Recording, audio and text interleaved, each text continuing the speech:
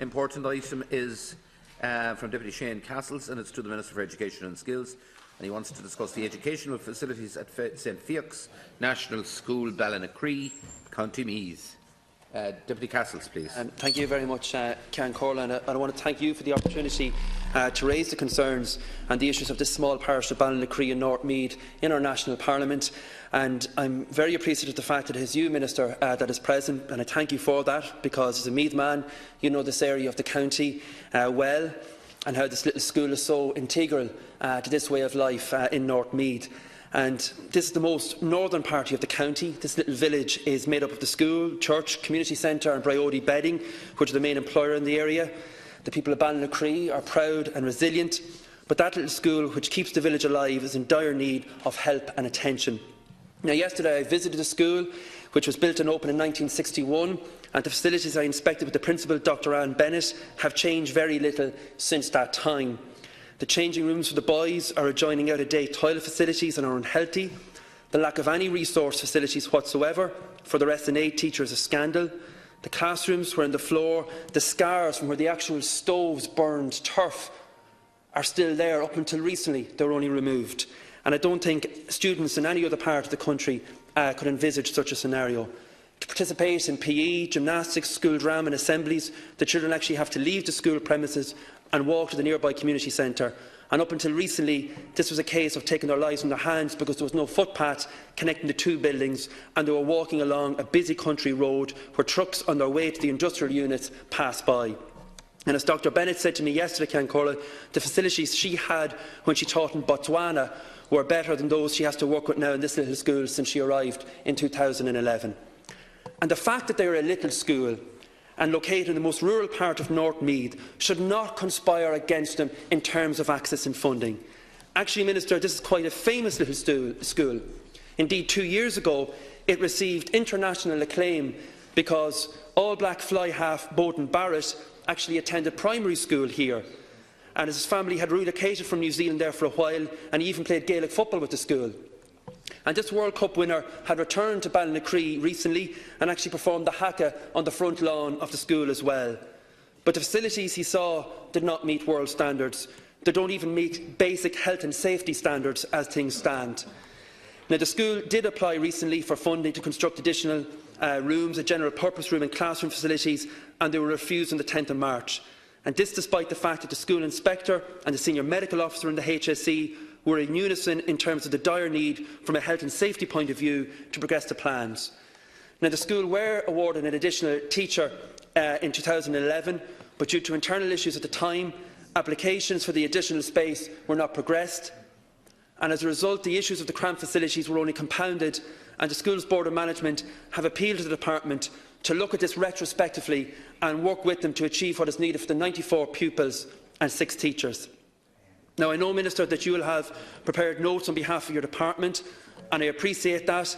But, Minister, I am appealing to you to please look at the needs of this little school again, and what they have achieved and what they aspire to achieve. As Dr Bennett said to me yesterday, the kids in this school, Minister, they want to kick football in their own parish, not in another one. And as a fellow Meath man, I know you understand what I mean by that. But to do that, and for this community to continue to survive, they need the facilities to do so. So, Minister, I'm asking you to please look again at this file so that the opportunity for these kids to develop their critical thinking and to fulfil their thirst for knowledge in facilities fit for this age become a reality. Thank you, Cian Corlin.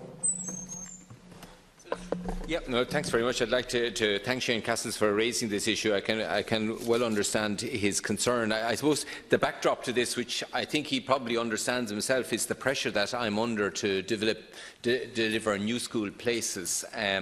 Like each year we have to deliver at least 15,000 new school places and 5,000 probably replacement where it's absolutely essential. So it has become a very, I suppose the department has to become very selective and prioritise very carefully. And obviously the first emphasis has to be where new places just aren't available and they have to be built. And as I've given in the reply there's pressure on both at primary level, with about 25,000 pupils over the 3 years having to be provided for, and similar at second level, which is the 15,000 plus per year. So that is the backdrop. That takes up about 80% of the budget, and it's for that reason that the department, when this application came in, which, as you say, was to convert 2 existing classrooms into a general purpose room and to build 2 new classrooms and a resource room, they had to they turned this down. They looked at the population, or at least the pupil number trends. They have been pretty stable there over the last few years, and that did result in the turning down of the school, as you say. You asked that this would be re-examined, and I understand the school has pretty much simultaneously, they have resubmitted. The authorities have asked that they be reconsidered, and I note the points that you're making there, which obviously are part of the reconsideration, the added teacher. Now, the issue of toilets, I do see that they have made an application in respect to the toilets under the summer work scheme, and that has yet to be decided, obviously.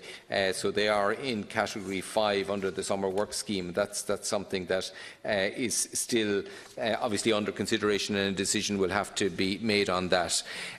You also spoke there of the issue of support for SNAs and resource teachers. I will ask the department to bearing in mind the points you've made and the submission by the authority to look afresh at this and to reconsider the application. The difficulty that I have is that we are against this backdrop of pressure on our capital budget to deliver the new build that's absolutely essential. Our children won't have a place to go to, and that has forced us into being very, I suppose, strict in relation to what extensions that aren't meeting demographic need, if you like, we can cater with. But I will convey the concerns of the Deputy in the context of this reconsideration of the submission made by the school. Sir Deputy Cassells. Thanks, Minister. Thank you for the response, and I appreciate you get many such requests.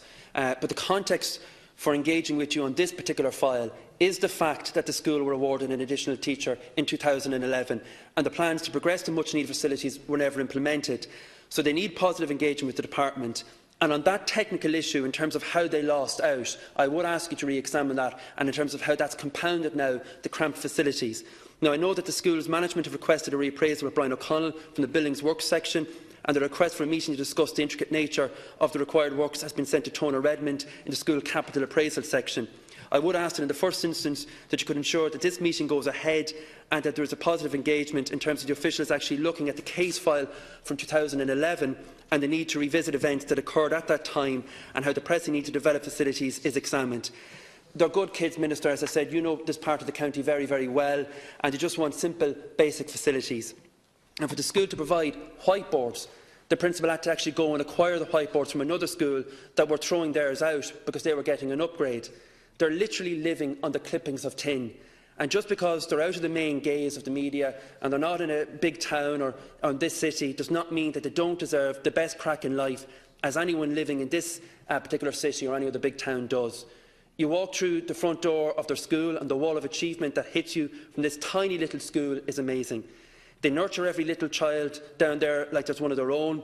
They're rightly proud of how a current member of the famed all-black team is a past pupil. But they would desperately love that the next time Bowden and his family, who come back regularly, and indeed I met Bowden's dad in Oldcastle last year, that they will be able to see a school that will encourage the next generation of young scholars and sports stars in this part of County Meath. Dr Anne Bennett, the principal, and Father Philip O'Connor and all the people of Ballinacree are willing to play their part in working with the department to see the facilities they require developed, and I would passionately request, Minister, that you could meet them halfway on the road to help them to do so. Thank you very much, Deputy Cassells. Minister, to conclude.